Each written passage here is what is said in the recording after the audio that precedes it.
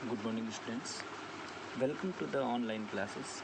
Today we discuss about class 10th chapter number 4 immunity and blood group lecture 2. Last topic हमने जो lecture 1 में पढ़ा था वो था हमारा स्ट्रक्चर ऑफ एंटीबॉडी कि एंटीबॉडी का स्ट्रक्चर क्या है। हम थोड़ा उसका रिकैप कर देते हैं कि एंटीबॉडी जो इंग्लिश के वाई लेटर के इक्वल होता है उसके अंदर 2 हैवी चेन्स होती है एंड 2 लाइट चेन्स होती है। हैवी चेन्स के अंदर 440 एमिनो एसिड्स होते हैं जबकि लाइट चेन के अंदर ओनली 220 एमिनो एसिड्स होते हैं।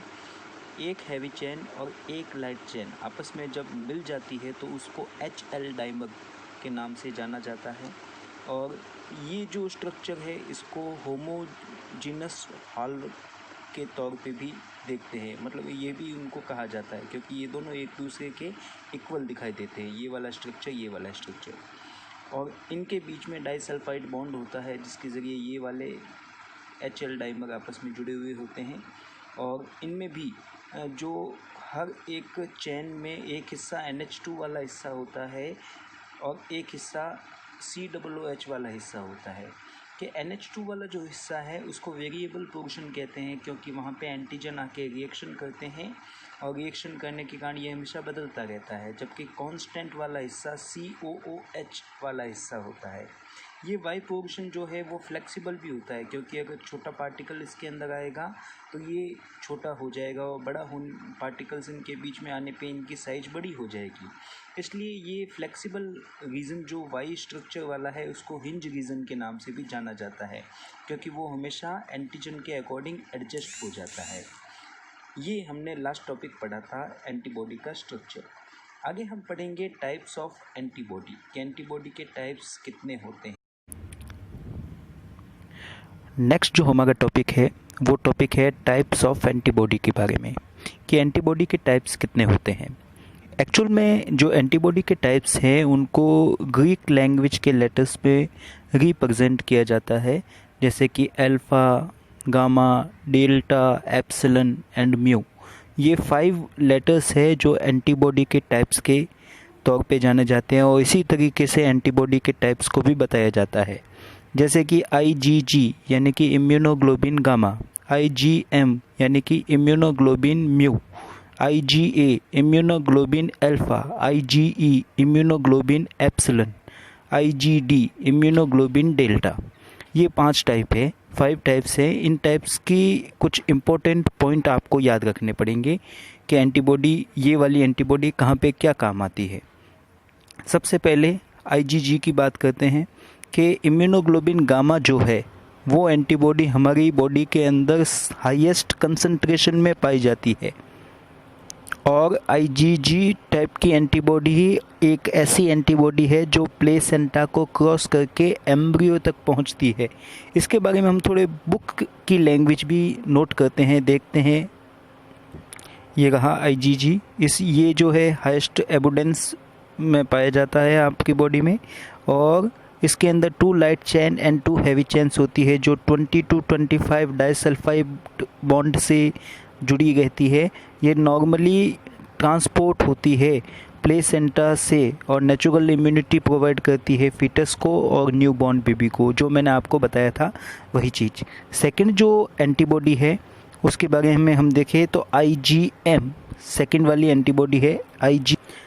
IgM की बात करें तो IgM हमारे बॉडी में जो एंटीजन आते हैं और एंटीजन आने के बाद जो सबसे पहली एंटीबॉडी बनती है वो IgM है। याद रखना है आपको, हाईएस्ट कंसंट्रेशन में तो IgG गामा एंटीबॉडी पाई जाती है, लेकिन कोई एंटीजन बॉडी में आते हैं तो सबसे पहले बनने वाली एंटीबॉडी कौन सी है? IgM यानी कि immunoglobulin mu. Third antibody IgA यानी कि इम्यूनोग्लोबिन अल्फ़ा। इनके बारे में देखें तो इनके बारे में आपको एक पॉइंट मोस्टली याद रखना है कि ये ओनली एंटीबॉडी है जो मदर्स मिल्क में पाई जाती है, माँ के दूध में पाई जाने वाली only antibody IgA। IgE epsilon की बात करें तो ये जो है बेसोफिल्स और मास्ट सेल के साथ फंक्शन करती है एंड पार्टिसिपेट इन एलिजेनिक रिएक्शंस, कि हमारी बॉडी में जो एलर्जी होती है, उस एलर्जी की रिएक्शन में हमारी बॉडी में जो एंटीबॉडी बनती है वो IgE टाइप की एंटीबॉडी होती है।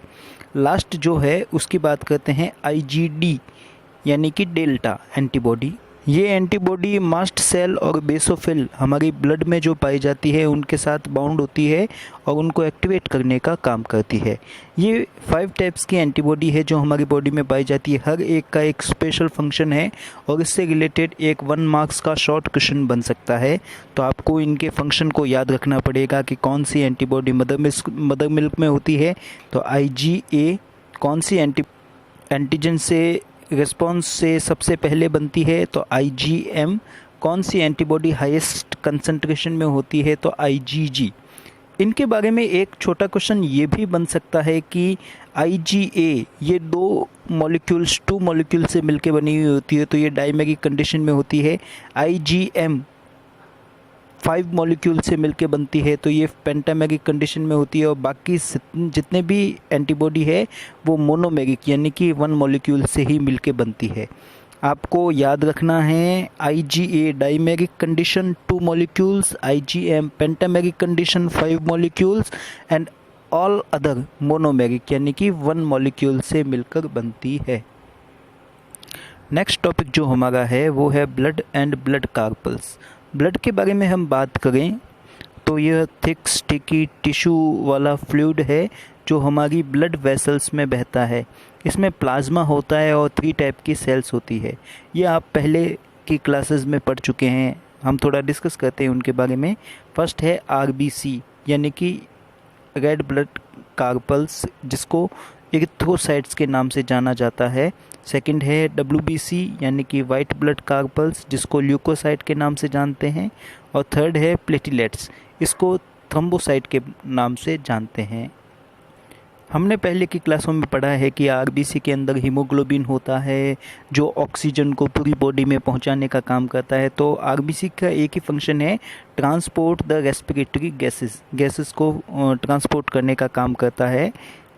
WBC जो है वो हमारी बॉडी में एंटीबॉडी को बनाने का काम करती है, तो यह इन्फेक्शन को रोकती है और हमारे इम्यून सिस्टम को मजबूत बनाने का काम करती है।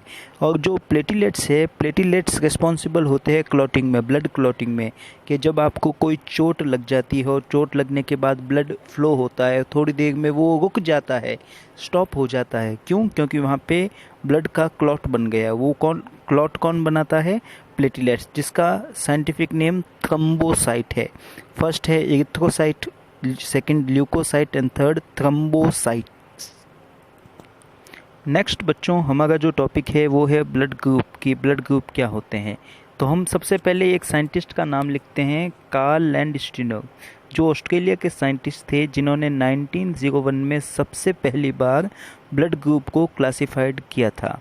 उन्होंने ये बताया था कि हमारी बॉडी में जो RBC पाई जाती है उसकी सरफेस पे कुछ एंटीबॉडी किन्हीं किन्हीं में प्रेजेंट होती है, किन्हीं किन्हीं में एब्सेंट होती है। और इसी एंटीजन के प्रेजेंट और एब्सेंट होने के तौर पे उन्होंने ब्लड ग्रुप बताए थे। उन्होंने कहा कि RBC की सरफेस पे नॉर्मली 2 टाइप्स की एंटीजन पाए जाते हैं, antigen A and antigen B। और इस बेसिस पे उन्होंने 4 टाइप के ब्लड ग्रुप को बताया कि नॉर्मल इंसानों में 4 टाइप के ब्लड ग्रुप होते हैं, कि जिनकी बॉडी में जिनके ब्लड की RBC पर A टाइप का एंटीजन पाया जाएगा उनका ब्लड ग्रुप होगा A, जिसमें B टाइप का एंटीजन पाया जाएगा उसका ब्लड ग्रुप होगा B, जिसमें दोनों A और B एंटीजन पाए जाएंगे उसमें ब्लड ग्रुप होगा AB, और जिसमें एंटीजन RBC की सरफेस पे एब्सेंट होंगे उनका ब्लड ग्रुप होगा O। और साथ में उन्होंने ये भी बताया कि जिस ब्लड ग्रुप में जो एंटीजन पाया जाता है उसका अपोजिट एंटीबॉडी पाई जाती है, कि अगर एंटीजन A है उसमें तो एंटीबॉडी स्मॉल b होगी, एंटीजन B है एंटीजन A होगा, एंटीजन AB है तो उसमें एंटीबॉडी एब्सेंट होगी, और अगर एंटीजन एब्सेंट है तो उसमें एंटीबॉडी A एंड B होगी। अब सोच रहे हैं कि ये एंटीजन और एंटीबॉडी क्या है? हमने इस चैप्टर में शुरू में पढ़ा था कि एंटीजन एंटीबॉडी दोनों आपस में रिएक्शन करते हैं और एंटीजन बाद में ख़त्म हो जाता है।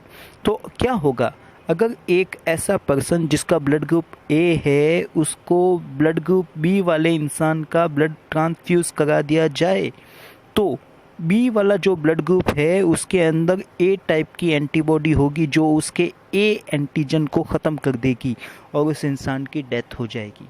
तो इसीलिए आजकल जो भी है एंटीजन ब्लड ग्रुप टेस्ट करने के बाद ही एक दूसरे में ब्लड को चढ़ाया जाता है, नहीं तो नहीं चढ़ाया जाता। क्यों? क्योंकि हर एक ब्लड ग्रुप में उसकी अपोजिट एंटीबॉडी होती है, वो एंटीबॉडी उस एंटीजन को ख़त्म भी कर सकती है। तो ए वाले इंसान में ओनली फॉर ए टाइप का ब्लड ग्रुप चढ़ेगा। अब एक ये कुछ पॉइंट हमारे सामने आते हैं कि जिसका ब्लड ग्रुप ए बी है वो ए बी ब्लड ग्रुप वाला इंसान जो है यूनिवर्सल रेसिप्टेंस कहलाता है, जो बिना किसी चेक किए हुए सभी का ब्लड एक्सेप्ट कर सकता है। मतलब कि जिसका ब्लड ग्रुप ए बी है उसको यूनिवर्सल रिसेप्टर भी कहते हैं। रिसेप्टर का मतलब है वह सभी का ब्लड ले सकता है एक्सेप्ट ब्लड फ्रॉम ऑल।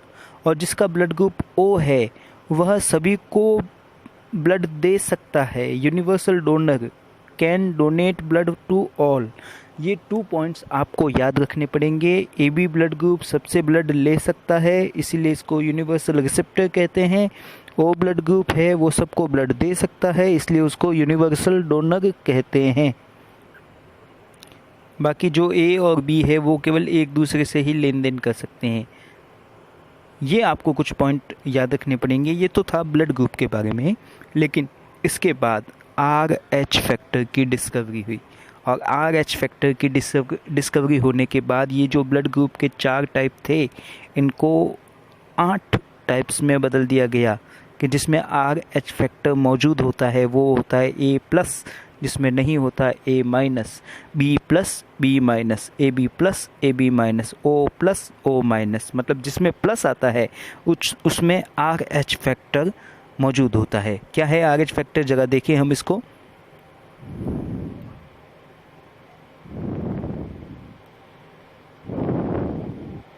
ये रहा RH फैक्टर के बारे में। लैंडस्टीनर और विनर साइंटिस्ट थे जिन्होंने 1940 में मकाका रीसस नाम के बंदर में मकाका रीसस नाम के बंदर में जब उन्होंने ब्लड के बारे में कुछ देख रहे थे तो उन्होंने पाया कि ये जो मंकी है इस मंकी की RBC पे एक अलग टाइप की एंटीजन पाया गया। वो एंटीजन ह्यूमंस में भी मौजूद था।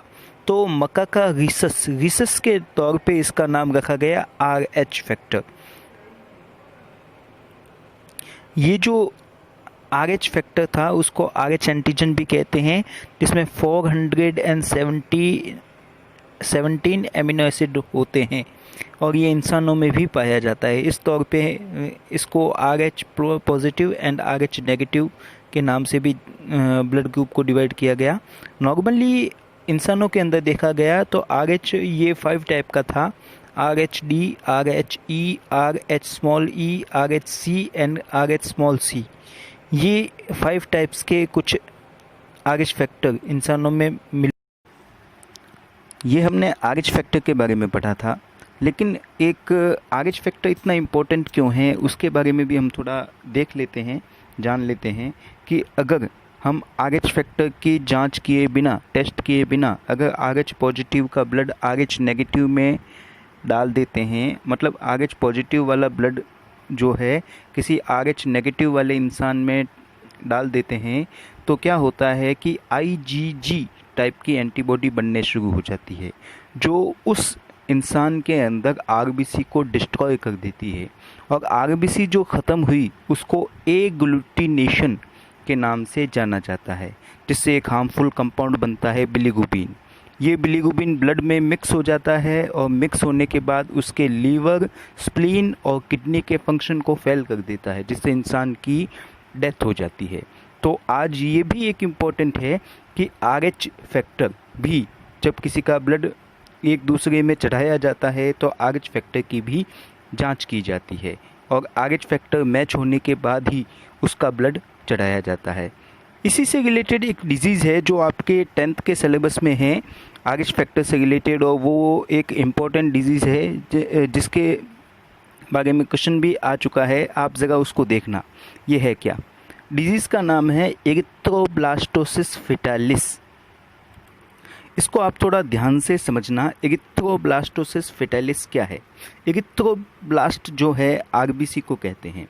अपने इंडिया के अंदर जो शादियां होती है वो ब्लड ग्रुप चेक करके थोड़ी होती है कि RH पॉजिटिव का पति होगा तो उसके लिए RH पॉजिटिव वाली ही लड़की देखी जाएगी।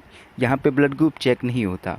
तो वही कंडीशन एक एरिथ्रोब्लास्टोसिस फेटालिस में होती है कि अगर मदर का ब्लड RH नेगेटिव हो और फादर का ब्लड RH पॉजिटिव हो, मतलब इन दोनों की आपस में शादी हो गई, तो जो उनका फर्स्ट बेबी जन्म लेगा, उनका जो पहला बच्चा जन्म लेगा, बच्चे के अंदर माँ का और पिता का दोनों का ब्लड मिक्स होगा। First delivery blood mix with each other, जिससे RH plus antibody produced in mother, क्योंकि उसके अंदर RH नेगेटिव ब्लड था और बच्चे के अंदर उसके पिता का ब्लड आ गया, तो माँ के ब्लड के अंदर RH पॉजिटिव की एंटीबॉडी बननी शुरू हो जाती है।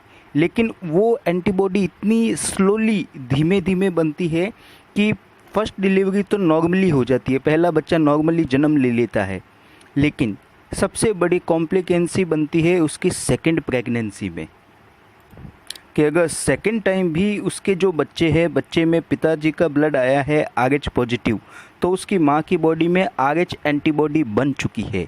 वो क्या करती है, प्लेसेंटा के ज़रिए फीटस के ब्लड के साथ मिक्स होने लगती है, और फीटस के ब्लड के साथ मिक्स होने के बाद जो बच्चा माँ के पेट में था, फीटस जो था, उसकी RBC को डिस्ट्रॉय करने लगती है और बच्चे की माँ के गर्भ में ही डेथ हो जाती है। ये कंडीशन कहलाती है एरिथ्रोब्लास्टोसिस फेटालिस। याद रखना कंडीशन क्या है कि अगर मदर का ब्लड RH नेगेटिव, बच्चे का ब्लड, फादर का ब्लड RH पॉजिटिव हो, तो और जब उनके फर्स्ट डिलीवरी होनी है, पहली बार जब बच्चा होना है और बच्चे में पिताजी का ब्लड आ गया, अगर माता का ब्लड आता है RH नेगेटिव तो कोई दिक्कत ही नहीं। लेकिन अगर उसके फादर का ब्लड आता है RH पॉजिटिव, तो माँ की बॉडी में एंटीबॉडी बननी शुरू हो जाती है। किसके लिए? RH पॉजिटिव के लिए। लेकिन वो एंटीबॉडी इतनी स्लोली बनती है कि पहला बच्चा नॉर्मल पैदा होता है, लेकिन दूसरी बार भी अगर दूसरी बार प्रेगनेंसी होती है और उसमें भी उसके पिताजी का ब्लड RH पॉजिटिव आता है, तब कॉम्प्लिकेंसी होती है कि माँ के ब्लड के अंदर जो RH एंटीबॉडी बन चुकी है वो प्लेसेंटा के जरिए बच्चे के ब्लड के साथ मिक्स हो जाती है और बच्चे की गर्भ में ही मौत हो जाती है और बच्चा जन्म ही नहीं लेता। RBC उसकी डिस्ट्रॉय हो जाती है, मदर वॉम्ब में ही बच्चे की डेथ हो जाती है, जिससे मदर को बहुत ज़्यादा वीकनेस और हेपेटाइटिस से सफ़र करना पड़ता है, और इसी को एरिथ्रोब्लास्टोसिस फेटालिस कहते हैं। ये कंडीशन कब होती है? RH नेगेटिव और RH पॉजिटिव ब्लड के मिक्स होने के बाद। अब इसका ट्रीटमेंट क्या है?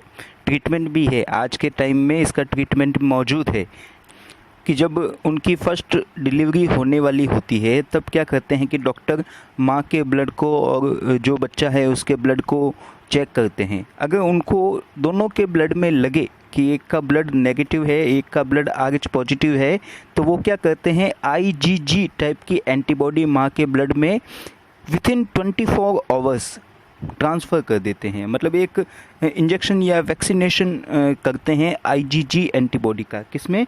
मदर की बॉडी में। और ये ये एंटीबॉडी रोगम एंटीबॉडी के नाम से भी जानी जाती है, रोगम एंटीबॉडी। और ये क्या करती है, माँ के ब्लड में पहुँचने के बाद जो RH एंटीबॉडीज़ बनी थी उसको ख़त्म कर देती है। ये एक टाइप की एंटी RH एंटीबॉडीज़ बनाती है। जो RH एंटीबॉडी बनी थी वो ख़त्म हो जाती है और फिर दूसरी बार जो प्रेगनेंसी होती है उसमें कोई कॉम्प्लिकेंसी नहीं बनती, क्योंकि जो RH एंटीबॉडी बनी थी उसको इस रोगम एंटीबॉडीज़ ने ख़त्म कर दिया था। याद रखना बच्चों, ये एरिथ्रोब्लास्टोसिस फेटालिस एक इम्पॉर्टेंट टॉपिक है। क्या है, आपको पता होना चाहिए। नेक्स्ट टॉपिक जो हमारा है वो है ब्लड ट्रांसफ्यूज़न। ब्लड ट्रांसफ्यूज़न का मतलब ये होता है कि एक इंसान का ब्लड दूसरे इंसान में किस तरीके से चढ़ाया जाता है। ब्लड ट्रांसफ्यूज़न की बात करें तो ये सबसे पहली बार किया था एक फ्रेंच फिजिशियन थे, जॉन जीन बेपिस्ट डेनी।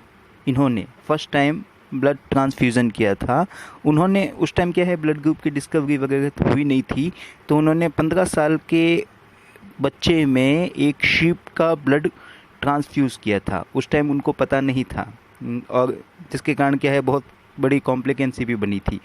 लेकिन आपको हिस्ट्री पर्पस से याद रखना पड़ेगा, फर्स्ट टाइम ब्लड ट्रांसफ्यूज़न किसने किया था? जीन ब्रेपिस्ट डेनिस, जो एक फ्रेंच फिजिशियन थे। इन्होंने 15 जून 1667 को फर्स्ट टाइम ट्रांसफ्यूज़न किया था। 15 year old boy from A ship. अब बात करते हैं कि ब्लड क्यों चढ़ाया जाता है, किस कारण चढ़ाया जाता है। फर्स्ट उसकी ज़रूरत होती है अगर किसी को इंजरी हो चुकी है या उसके ब्लड में बहुत ही सीरियस डेफिशिएंसी कमी हो गई ब्लड के अंदर, या उसकी सर्जरी हुई है, या 2 डिजीज़, एक तो haemophilia and sickle cell anaemia, ये 5 कंडीशन है जब किसी इंसान के अंदर हो जाती है तो उसको ब्लड ट्रांसफ्यूज़न करना ही पड़ता है। अब ट्रांसफ्यूज़न करने की प्रोसेस क्या है कि सबसे पहले जो ब्लड देने वाला डोनर है उसका सबसे पहले मेडिकल टेस्ट होता है कि इसको कोई डिजीज़ वगैरह तो नहीं है। सेकंड, उस ब्लड को निकाल कर एक स्टेरिलाइज्ड पाउच में इकट्ठा किया जाता है और एंटीकोगुलेंट उसके अंदर मिक्स किया जाता है। ये एक ऐसा कंपाउंड है जो क्या कहता है कि ब्लड को वापस क्लॉट नहीं होने देता। पाउच के अंदर ब्लड पड़ा रहता है तो उसको क्लॉट नहीं होने देता, और फिर इस ब्लड को फ्रिज के अंदर, रेफ्रिजरेटर के अंदर रख देते हैं जिससे इसके अंदर कोई बैक्टीरियल ग्रोथ नहीं होती, और बाद में इसके और डिफरेंट टाइप के टेस्ट किए जाते हैं। ये जो ब्लड इकट्ठा किया उसके डिफरेंट टेस्ट होते हैं, HIV का है, ब्लड ग्रुप कौन सा है, RH है कि नहीं है, और हेपेटाइटिस का भी टेस्ट किया जाता है। अब ब्लड ट्रांसफ्यूज़न करने की टेक्निक आती है, तो सबसे पहले ABO blood group and RH factor, donor and receiver दोनों का मैच होना चाहिए। दोनों का मैच होने पे ही ब्लड ट्रांसफ्यूज़न किया जा सकता है। और ये जो ब्लड हमने रेफ्रिजरेटर में रखा था उसको जस्ट ट्रांसफ्यूज़न के 30 मिनट पहले ही फ्रिज से निकाला जाता है। इससे पहले हम निकाल नहीं सकते क्योंकि सेल्स डेड होने लगती है। फिर उसके इंट्रावेनस इंजेक्शन के ज़रिए उसकी बॉडी में ये ब्लड ट्रांसफ्यूज़ कर दिया जाता है, और जब ब्लड चढ़ाया जाता है तो उसमें कुछ रिएक्शंस भी होने लगती है। जिसमें ब्लड चढ़ाया जाता है उसको हल्का फीवर होने लगता है, पेन होने लगता है, लेकिन ये सब डॉक्टर के ऑब्जर्वेशन में होता है तो डॉक्टर उनको क्योर कर देते हैं। जो मैंने आपको बताया वही कंडीशन इसमें है कि 30 मिनट्स पहले निकालते हैं, इंट्रावेनस मोड में उसको ट्रांसफ़र करते हैं, और मेडिसिन डॉक्टर के द्वारा दी जाती है ताकि कोई रिएक्शन ना हो, जैसे fever, chill, pain and irregularly of heart beat. अब बात करते हैं कि ट्रांसफ्यूज़न के कुछ टाइप्स भी है। ब्लड ट्रांसफ्यूज़न 2 टाइप्स का होता है। फर्स्ट होता है एलोजेनिक, सेकंड होता है ऑटोजेनिक। एलोजेनिक क्या होता है कि अगर blood collected to other person is used, कि किसी दूसरे इंसान का ब्लड उसमें चढ़ाया जाता है, तो वो कंडीशन कहलाती है एलोजेनिक। और ऑटोजेनिक कंडीशन क्या होती है कि मान लो उसी इंसान ने ब्लड दिया था, देने के बाद उसका कोई एक्सीडेंट हो गया या किसी कारण से उसको ही ब्लड की कमी हो गई तो वापस उसी का ब्लड उसी में चढ़ाते हैं, तो वो कंडीशन कहलाती है autogenic. Blood collected from person itself is used. Allogenic type and autogenic type. Allogenic में दूसरे का ब्लड ट्रांसफ्यूज़ किया जाता है एंड ऑटोजेनिक में उसी का ब्लड ट्रांसफ्यूज़ करते हैं। नेक्स्ट टॉपिक जो हमारा है वो है significance of blood group heredity, कि ब्लड ग्रुप जो है माता पिता से बच्चों के अंदर कैसे पहुंचता है, उसकी हेरिडिटी कैसी होती है। तो हमको याद रखना पड़ेगा कि ब्लड ग्रुप को कंट्रोल करने वाला जीन आई जीन है जो इंसानों के अंदर पाया जाता है। अगर किसी इंसान के अंदर एंटीजन ए है, मतलब ब्लड ग्रुप ए है, तो उसके अंदर IA टाइप का जीन होगा, और किसी के ब्लड में RBC की सरफेस पे B टाइप का एंटीजन है तो उसमें IB टाइप का जीन मौजूद होगा। ये मैंने यहाँ पे एक टेबल बनाई है। टेबल में बता रहे हैं कि अगर किसी का ब्लड ग्रुप और A होता है तो उसमें IA टाइप के जीन हो सकते हैं। याद रखना, मैंने आपको पिछले 3rd चैप्टर में ये चीज़ बताई थी कि जीन्स जो हैं वो हमेशा पेयर में होते हैं, जोड़ों में पाए जाते हैं, अकेला जीन कभी नहीं होगा। तो अगर जिसका ब्लड ग्रुप ए है उसमें या तो दोनों IA एंड IA जीन हो सकते हैं, या फिर उसमें एक IA gene and second small I gene हो सकता है। अगर यही कंडीशन बी में आती है कि अगर किसी का बी ब्लड ग्रुप है तो बी ब्लड ग्रुप में दोनों IB टाइप के जीन हो सकते हैं, या फिर 1 IB gene and 1 small I gene हो सकता है। अगर किसी का ब्लड ग्रुप AB है तो उसमें एक ही कंडीशन होगी, एक तो जीन उसका IA होगा एंड सेकंड उसका जीन IB होगा। और जिसका ब्लड ग्रुप O है उसमें IA एंड IB दोनों टाइप के जीन एब्सेंट होते हैं, तो स्मॉल आई टाइप के उसमें जीन मौजूद होंगे। ये कंडीशन जीन आपको याद रखना पड़ेगा, जीनोटाइप उसका क्या क्या हो सकता है।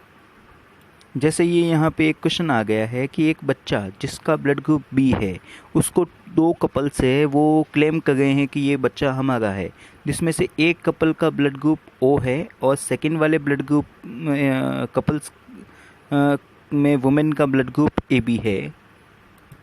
सॉरी, एक मिनट, यहाँ पे देखें कि एक बच्चा है जिसका ब्लड ग्रुप B है, 2 कपल से क्लेम कर रहे हैं कि वो बच्चा हमारा है, जिसमें फर्स्ट कपल में जो मैन है उसका blood group O and women है उसका ब्लड ग्रुप B है, और सेकंड कपल है उसमें मैन का ब्लड ग्रुप A है एंड सेकंड का ब्लड ग्रुप B है।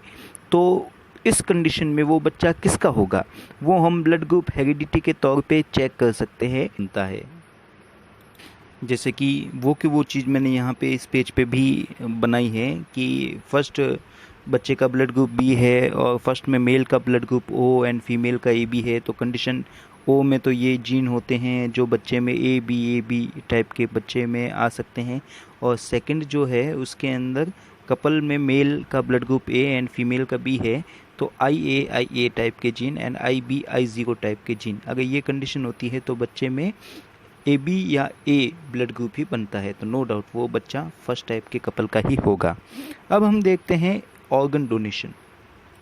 ऑर्गन डोनेशन क्या होता है कि अगर लिविंग पर्सन में किसी में कोई ऑर्गन या टिश्यू ख़राब हो जाता है और दूसरे किसी इंसान से, चाहे वो लिविंग हो या डेड हो, उससे उसका कोई ऑर्गन या टिश्यू ट्रांसफ़र किया जाता है, तो इसको ऑर्गन डोनेशन कहते हैं। 13 अगस्त जो दिन है उसको ऑर्गन डोनेशन डे के नाम से जाना जाता है। ऑर्गन डोनेशन, ऑर्गन जो है किसी डेड बॉडी से भी ऑब्टेन किया जा सकता है, या फिर कोई ब्रेन डेड पर्सन हो उससे भी ऑर्गन को लिया जा सकता है, क्योंकि ब्रेन डेड कंडीशन में उसकी किडनी, हार्ट, लीवर ये सही ढंग से काम करते हैं, इनको ऑब्टेन कर सकते हैं। अगर किसी की डेथ हुई है तो डेथ होने के 6 to 8 आवर्स के अंदर उसकी आँखों को भी डोनेशन कर सकते हैं, उसकी आँखों को भी निकाल के किसी दूसरे इंसान में ट्रांसफ़र कर सकते हैं। और कई लोग क्या है ऑर्गन के साथ अपनी बॉडी को भी डोनेट करते हैं, और जो मेडिकल स्टूडेंट क्या है उसको अच्छी तरीके से अंडरस्टैंड कर सकते हैं, अपनी स्टडी में काम में ले सकते हैं, या फिर ऑर्गन डोनेशन करने के बाद उस बॉडी को मेडिकल स्टूडेंट को दे दिया जाता है। इंडिया की बात करें तो